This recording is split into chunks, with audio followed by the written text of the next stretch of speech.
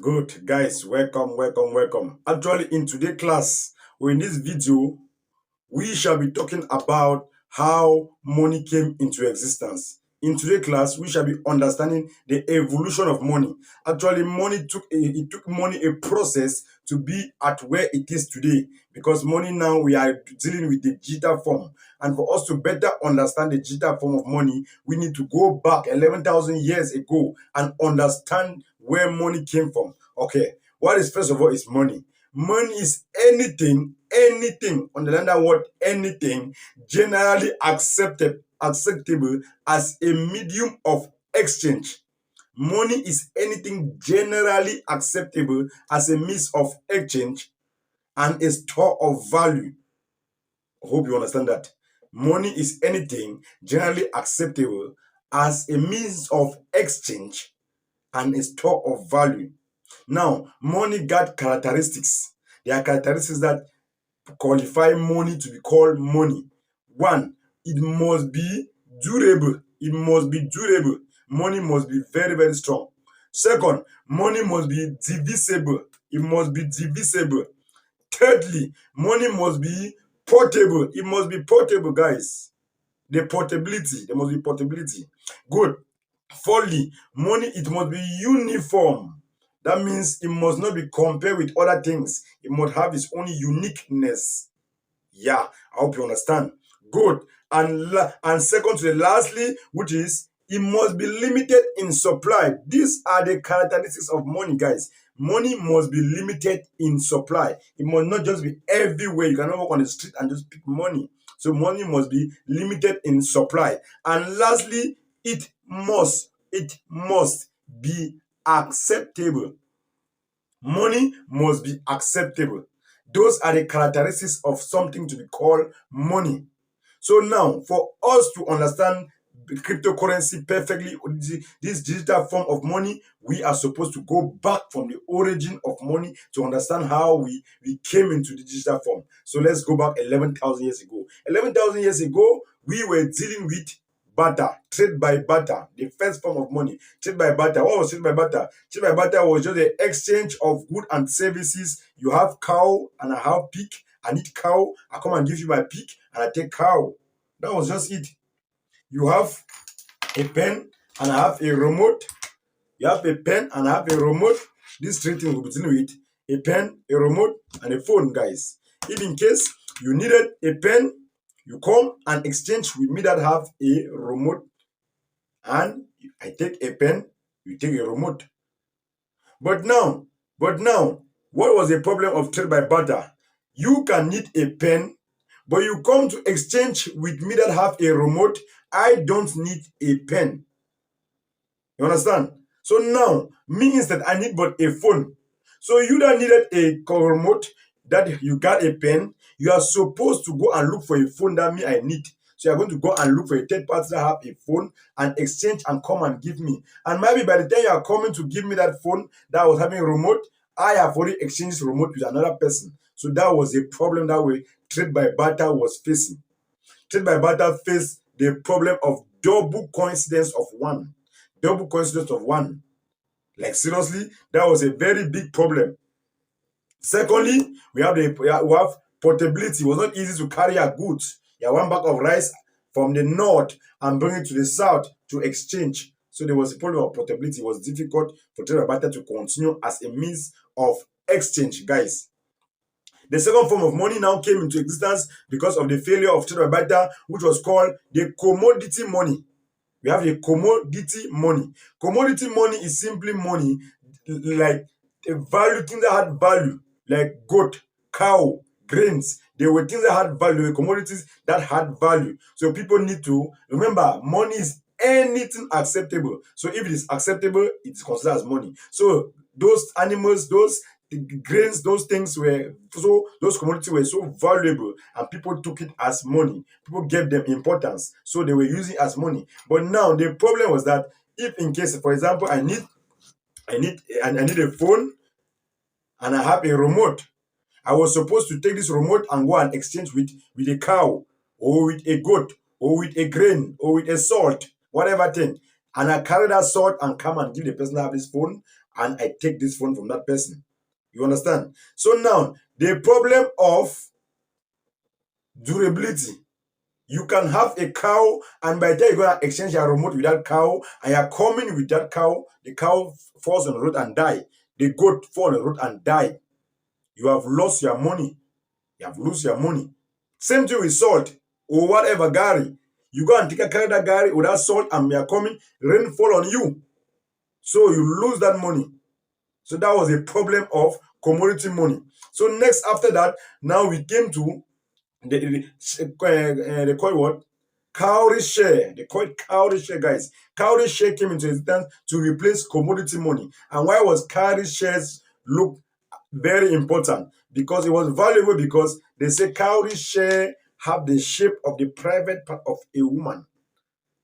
Yes, so it was regarded as a source of life. And secondly, it was, the people says that it gave luck. Cowrie shares gave luck. So they were using cowrie shares as a means of exchange. But now the problem of cowrie shares is that it wasn't, you would just use one cowrie share to buy a lot of things. It was not really easy to get cowrie shares. And secondly, everything was everything was to be exchanged with just one cowrie shares. So you understand the difficulties faced in that type of exchange.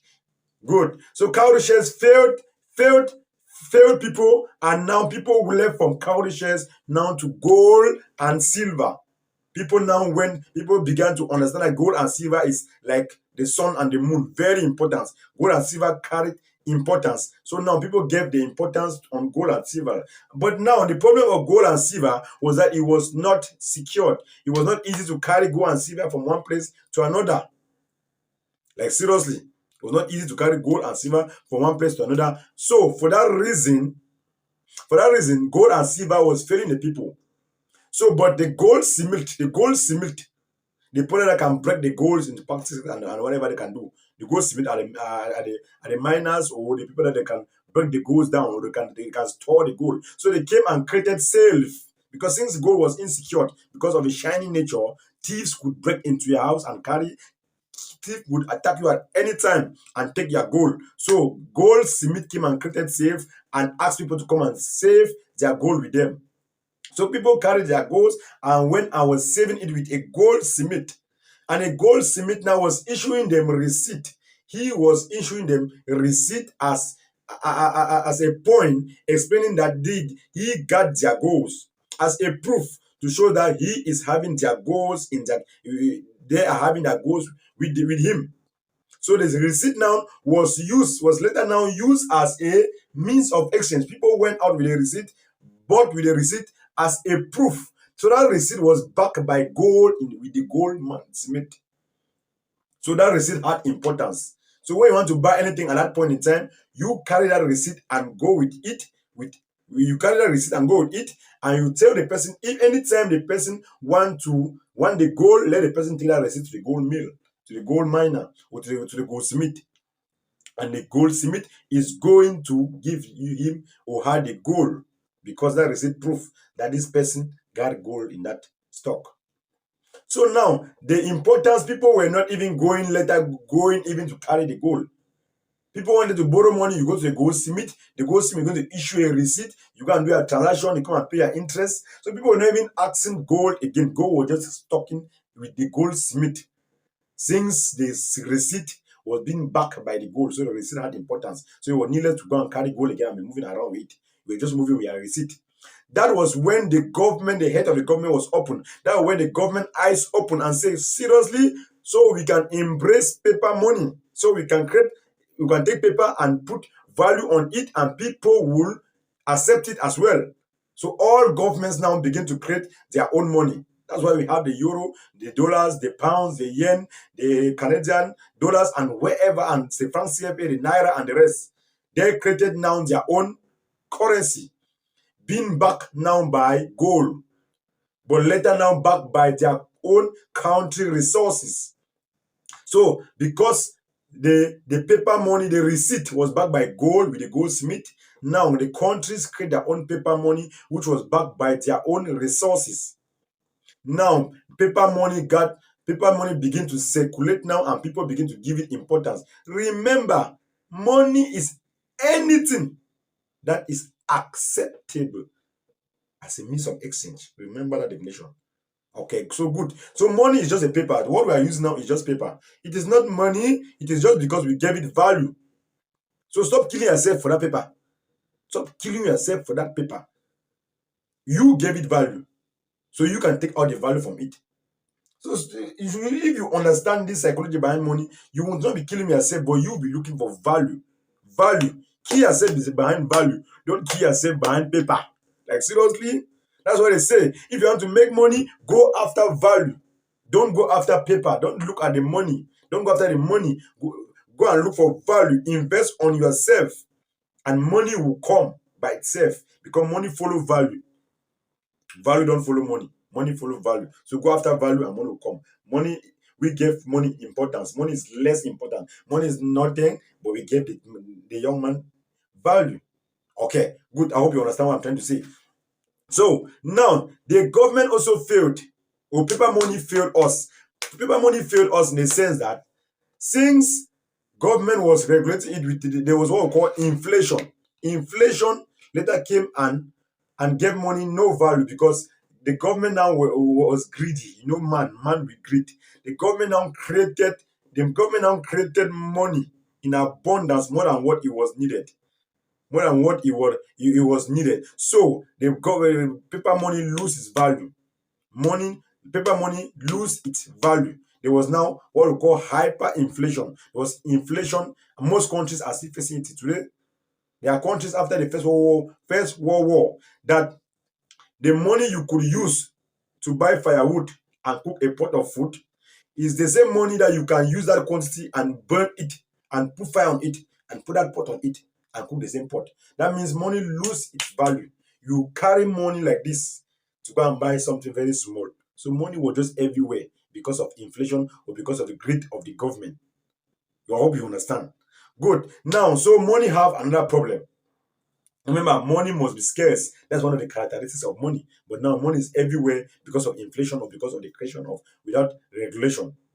Okay, now that is where we come into place with the digital currency. The digital currency now was brought into existence. The digital currency was created first. The first digital currency that was created was in 1983 by a guy named David Sham. Something like that. David Sham. He created the digital currency. He brought the idea. He wrote a white paper talking about digital currency. He talked about digicash. Digicash was the first currency. But he later failed because he never have money to sponsor his project. But later there was another currency that came that it was called what was that name called? E-gold. E-gold came. But e-gold failed. E-gold came in 1996. But he failed in 2008. In fact, it was banned by the US, by the American government in 2008. And that the same year, that was the year Satoshi Nakamoto wrote the white paper of Bitcoin, of digital money. Digital money was created as well. 2008, 2009, Bitcoin was fully created. So people use now the white paper of Satoshi Nakamoto to create other digital money. That's why we have different digital money today apart from Bitcoin.